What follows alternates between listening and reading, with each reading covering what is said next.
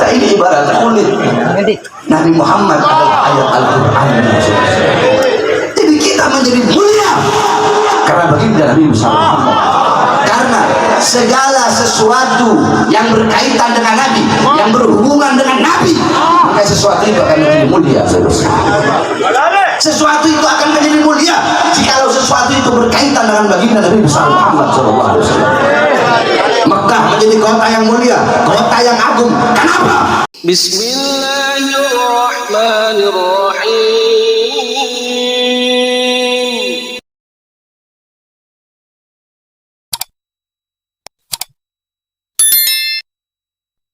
Wabarakatuh.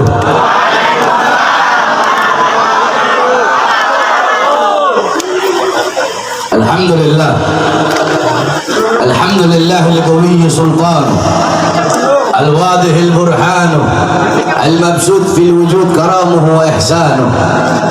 Allahumma salli wa sallim wa barik wa karrim wa azim ala nur al-anwar wa sirr al-asrar wa tiryak al-akhyar wa miftah bab al-yasr sayyidina wa maulana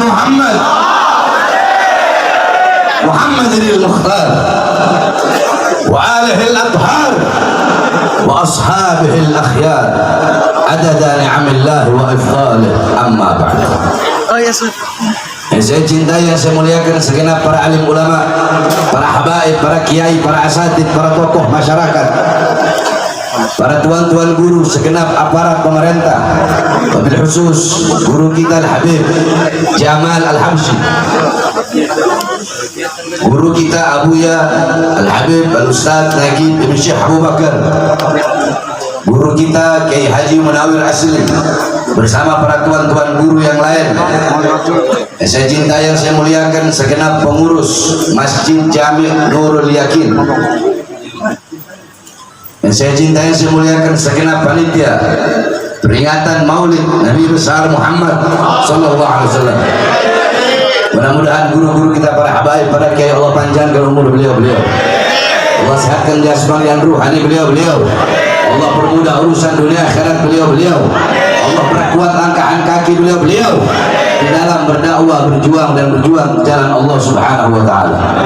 Saudara-saudara sekalian yang dimuliakan oleh Allah Subhanahu wa taala, alhamdulillah, segala puji dan syukur kehadirat Allah yang dimana pada malam hari yang mulia ini, di tempat yang penuh dengan keberkahan ini tempat menjadi tempat turunnya rahmat, ini tempat menjadi tempat turunnya maghfirat, ini tempat menjadi tempat turunnya hidayah, ini tempat menjadi tempat turunnya inayah. Kenapa ini tempat menjadi tempat turunnya rahmat, tempat turunnya berkah? Kalian yang duduk di majelis, di perkumpulan ini menjadi hamba-hamba yang mulia, kemudian dimuliakan oleh yang maha mulia, menjadi hamba-hamba yang agung dan diagungkan oleh yang maha agung, menjadi hamba-hamba yang terpuji dan dipuji oleh yang maha terpuji, yaitu Allah Subhanahu wa taala. Kenapa? Allah memuliakan engkau, Allah mengagungkan engkau, para malaikat, para penduduk langit memuji engkau karena engkau duduk di sini memuliakan baginda Nabi besar Muhammad, karena engkau duduk di sini mengagungkan Nabi besar Muhammad, karena engkau duduk di sini memuji Nabi besar Muhammad. Ma madahtu Muhammadan bi qasidati walakin madahat qasidati bi Muhammad.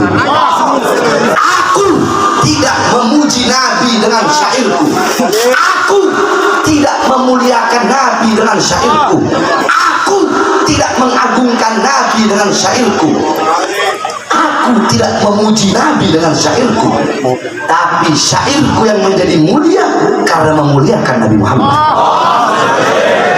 Syairku yang menjadi agung karena mengagungkan Nabi Muhammad. Syairku yang menjadi terpuji karena syairku memuji baginda Nabi besar Muhammad. Jadi jangan engkau berpikir engkau duduk di sini memuliakan kelahiran Nabi, mengagungkan kelahiran Nabi, terus Nabi bertambah kemuliaannya. Enggak. Engkau mau memuliakan Nabi, kemuliaan Nabi tidak akan bertambah. Engkau tidak memuliakan Nabi, kemuliaan Nabi Muhammad tidak akan berkurang. Tetapi engkaulah yang menjadi mulia karena telah memuliakan baginda Nabi besar Muhammad. Alam tara jildal haqira mugabbalan bithaqafi lamma ansara jildal mushafi. Tidak pernahkah kalian tahu, tidak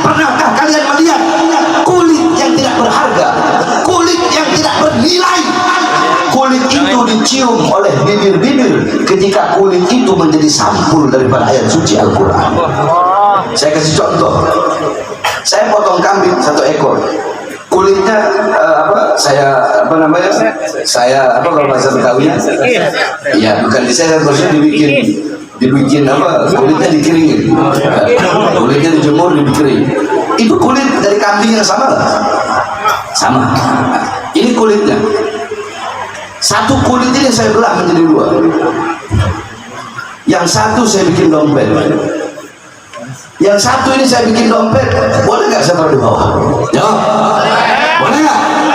Saya buang ke tempat sampah, boleh nggak? Boleh.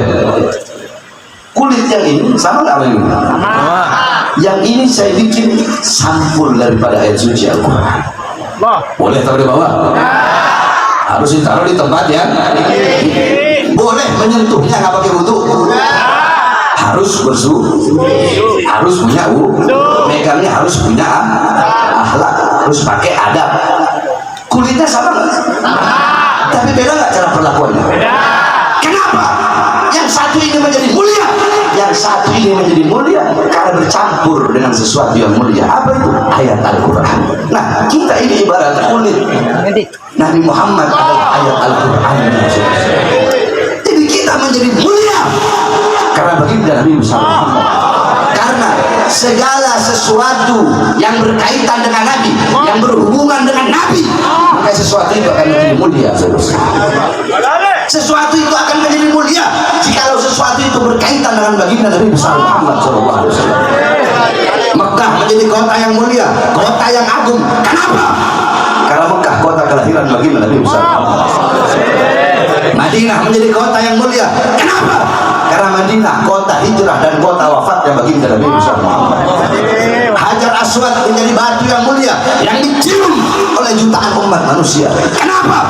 Karena batu itu pernah dicium oleh bibir yang mulia, yaitu bibir baginda Nabi Muhammad. Segala sesuatu yang berkaitan dengan Nabi Muhammad pasti akan menjadi mulia. Nabi Muhammad SAW, beliau adalah seorang ayah, maka anak-anak beliau menjadi anak-anak yang mulia.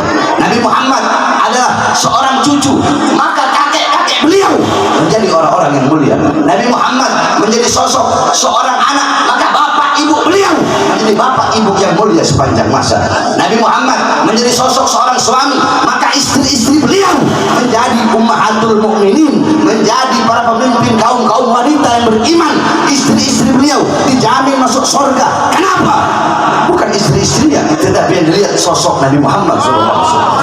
Ketika beliau menjadi sosok sahabat, maka seluruh sahabat-sahabat yang bersekelilingnya melihatnya, beriman kepadanya, ikut menjadi golongan-golongan yang mulia. Bahkan kita umat Nabi Muhammad, kita yang tidak pernah sholat di belakang Nabi, yang tidak pernah duduk bersama Nabi, yang tidak pernah makan bersama Nabi, tapi kita menjadi sayyidul umam. Allah pernah berkata kepada Jibril, "Basyirhu ya Jibril, innahu awwalu nasin kharijun minal ardi idza huisu wa sayyiduhum idza jami'u. Fabasyirhu innal jannah muharramatun 'alal umam qabla an tadkhuluha ummatun." Kita menjadi umat yang pertama kali akan dimasukkan surga. Surga diharamkan oleh Allah untuk dimasuki oleh umat manapun sebelum kita masuk ke dalam surga, sebelum umat Nabi Muhammad. Kuntum khairu ummatin ukhrijat linnas. Engkau adalah umat yang terbaik, umat yang paling mulia, umat yang paling agung. Kenapa kita menjadi umat yang paling mulia? Kenapa kita menjadi pemimpin seluruh umat dunia dan akhirat? Satu, karena kita umat baginda Nabi besar Muhammad. Segala sesuatu yang berkaitan dengan Nabi, maka sesuatu itu akan menjadi mulia. Bahkan sandal Nabi Muhammad SAW, sandal tersebut dari kulit Rasulullah. Tapi para ulama ada yang mengatakan, siapa yang lebih mulia, sandal Rasulullah ataukah malaikat Jibril alaihissalam? Malaikat Jibril alaihissalam tidak pernah berjumpa langsung dengan Allah, tetapi Nabi Muhammad bahkan sandalnya telah berjumpa dengan Allah Subhanahu wa ta'ala. Kenapa sandal itu menjadi mulia? Sandal itu menjadi mulia karena dipakai oleh kaki yang mulia, yaitu baginda Nabi Muhammad SAW. Kemudian kemuliaan Nabi, keagungan Nabi begitu luhur. Beliau terpelihara, saudara-saudara. Beliau terpelihara dari kemiskinan.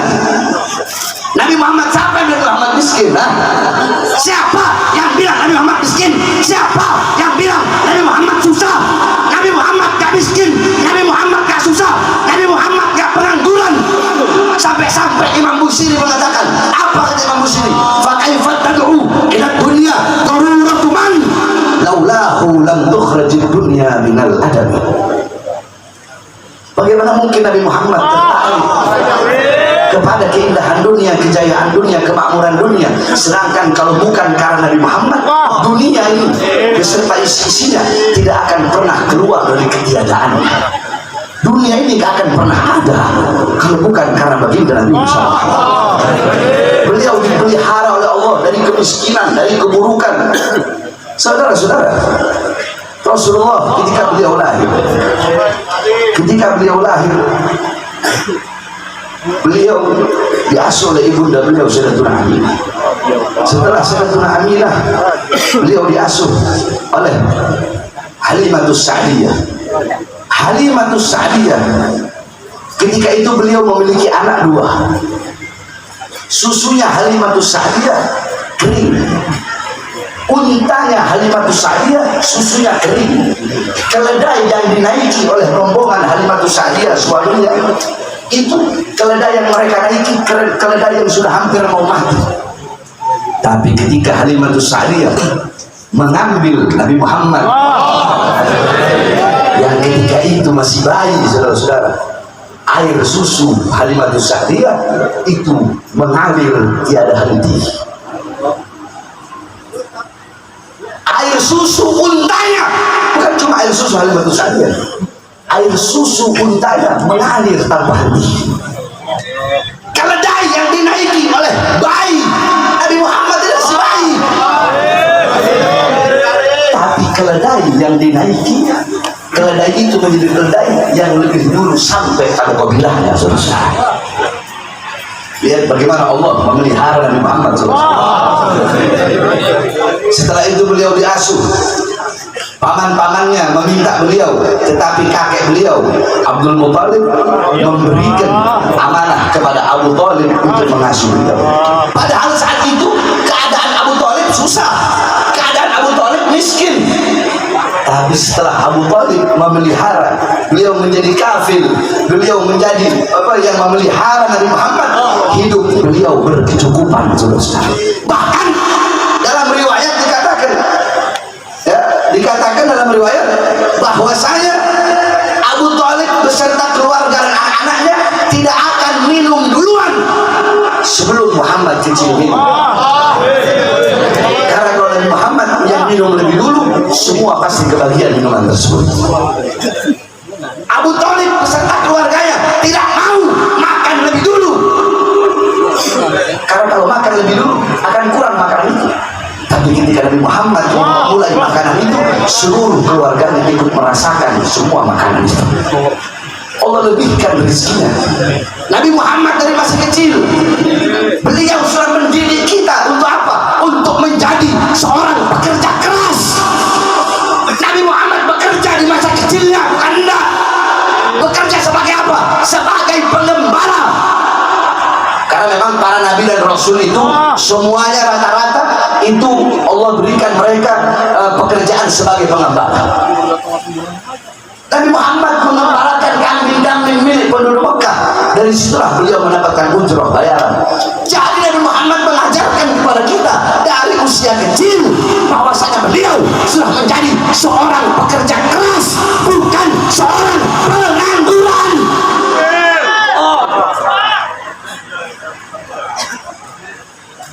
Bahkan ketika beliau menikah dengan Sayyidatuna Khadijah, dalam hadis dikatakan fa asdaqaha Rasulullah sallallahu alaihi wasallam 20 bakratan. Itu ada dalam tarikh Al-Imam Ibnu Hisham. Buka kitabnya, kalian buka itu kitab. Nabi Muhammad mahar pernikahannya, mahar mas kawin dengan Sayyidatuna Khadijah, itu maharnya 20 20 ekor unta bakroh. Unta bakroh itu unta betina merah yang masih muda. Itu unta yang paling mahal di masa itu, yang punya hanya pembesar-pembesar Quraisy. Nah, kita hitung kalau sekarang 1 ekor unta itu aja 50 juta kali 20 berapa berarti? Berapa? Kalau udah sudah 1 miliar. 1 miliar kalau mau dirupiahkan. Itu mas kawin mahar pernikahan.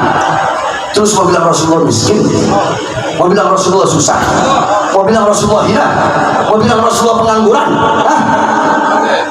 Saya di mana-mana saya ceramah menjelaskan kemuliaan Nabi, menjelaskan keagungan Nabi. Para ustaz, para kiai, para habaib di mana-mana menjelaskan keagungan Nabi, kemuliaan Nabi, menjelaskan cinta kepada Nabi. Terus ketika ada yang menistakan Nabi, saya harus diam. Haram bagi saya untuk diam. Saya akan melawan sampai titik darah penghabisan.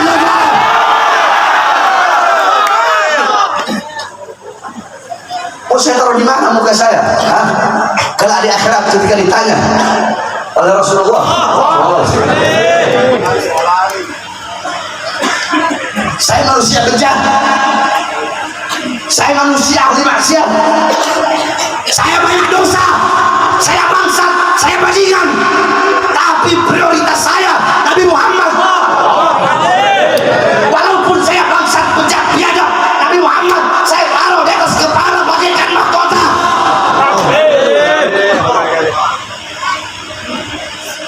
Saya tidak peduli, saudara. Saya tidak peduli. Nabi Muhammad saya taruh di atas kepala saya bagaikan mahkota. Oleh karenanya kalau nggak tahu, kalau bodoh, jangan asal ngomong. Jangan. Saya nggak ada urusan. Saya nggak ada urusan.